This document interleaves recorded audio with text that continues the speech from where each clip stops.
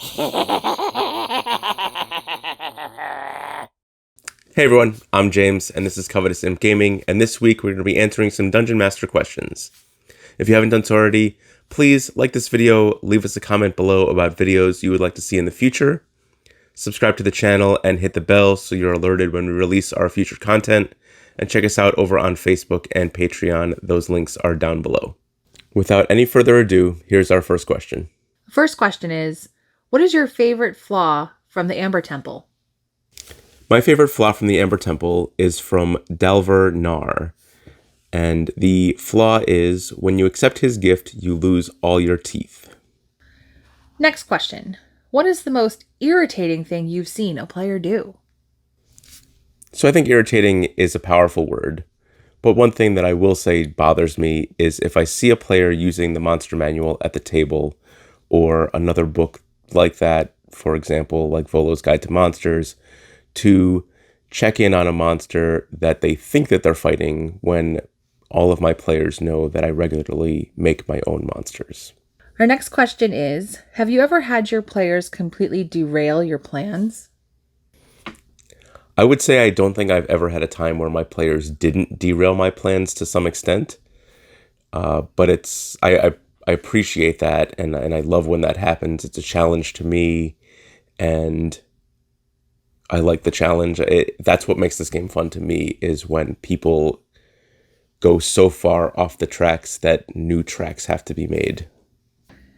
Do you have a favorite place to draw inspiration? So from as far back as I can remember, I have always loved the villain in every story and every cartoon that I watched when I was a kid. Every encounter that I've had with a bad guy, I've always loved the bad guy. They always had cooler weapons, and that loose moral compass was perfect for me. And looking back, it's the thing that I have always used to draw inspiration from. What were your biggest mistakes when you were a new DM? I think that my biggest mistake when I was a new DM was telling players no.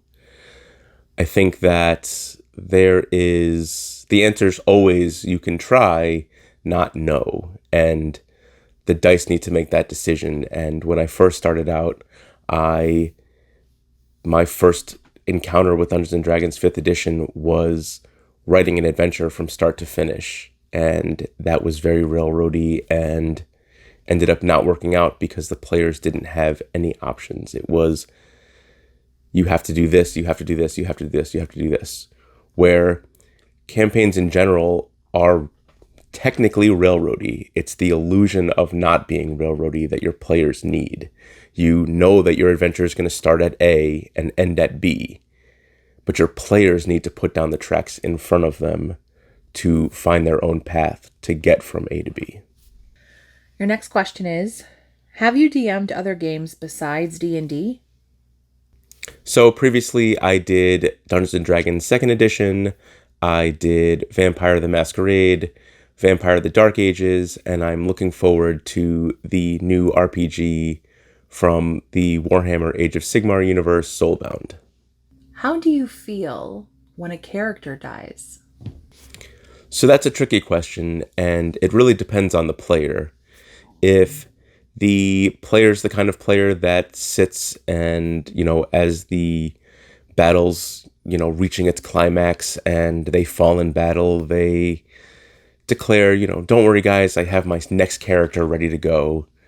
I don't feel as woeful in that moment because they've already let that character go.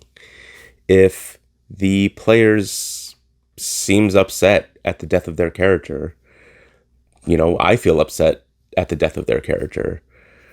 I think that every player makes that experience different for you. And I think that one big thing for me is the existence of things like Revivify and Raise Dead. If they have access to those spells, that death's not permanent. They're dead in the moment, but they're not permanently dead. And I think that it's probably one of the things that drives me more towards things like Descent to Avernus and Curse of Strahd, where even in the face of your character's death, there's something there trying to make a deal for your soul and give you a second chance at life. Your next question is, how much prep do you do before a session? So my level of prep varies from night to night. It really depends on what I have planned for that night and how much imagining of what can get derailed I can get accomplished. If it's an RP heavy night, I do a lot of writing, scene planning. For example, like Strahd's wedding, I wrote out basically vows and the guest list and what guests were talking about and how that was going to go. A almost combat encounter, and all the while hoping and praying that the party didn't just jump on making it a full-on combat encounter. On a night that somebody's doing a dungeon crawl, I bust out the warlock tiles and piece together rooms and hallways. So all in all, it's probably, an hour to two for a 4-hour session. But what it is varies greatly. What is a former game mechanic or house rule you would want added to the current system? So I personally miss the second edition saving throw rules where you had one saving throw that was for spells, one that was for like poisons and petrifications, one specifically for breath weapons, and things like that. That was a different way of doing saving throws compared to what they are now. Something that I think that needs to be added to the game is something to prevent the yo-yoing of people's health and being able to stand up immediately after being knocked to the floor by an enemy. Either adding a level of exhaustion every time you are knocked to the floor at 0 hit points and then brought back up, or a mechanic where, kind of like with the way Wish and Resurrection work, where your character is really neutered after being the recipient of a spell like that and not as beneficial in combat from a spell like Revivify. Your last question is it better to level up via experience or task completion?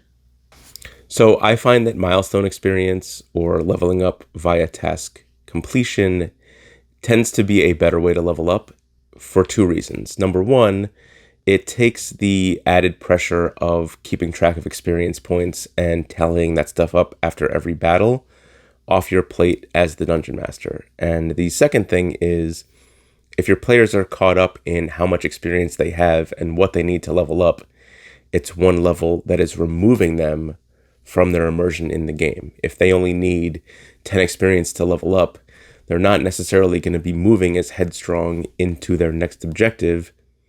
They're going to look for a way to quickly gain that 10 experience, killing anything like even a townsperson, to get that level up before moving into their next task. That's going to wrap it up for this video. Look for us in 2 weeks when I will be covering the way that I ran the final assault on Castle Ravenloft. Thanks for watching. We appreciate all the support, and we'll see you in 2 weeks in Barovia.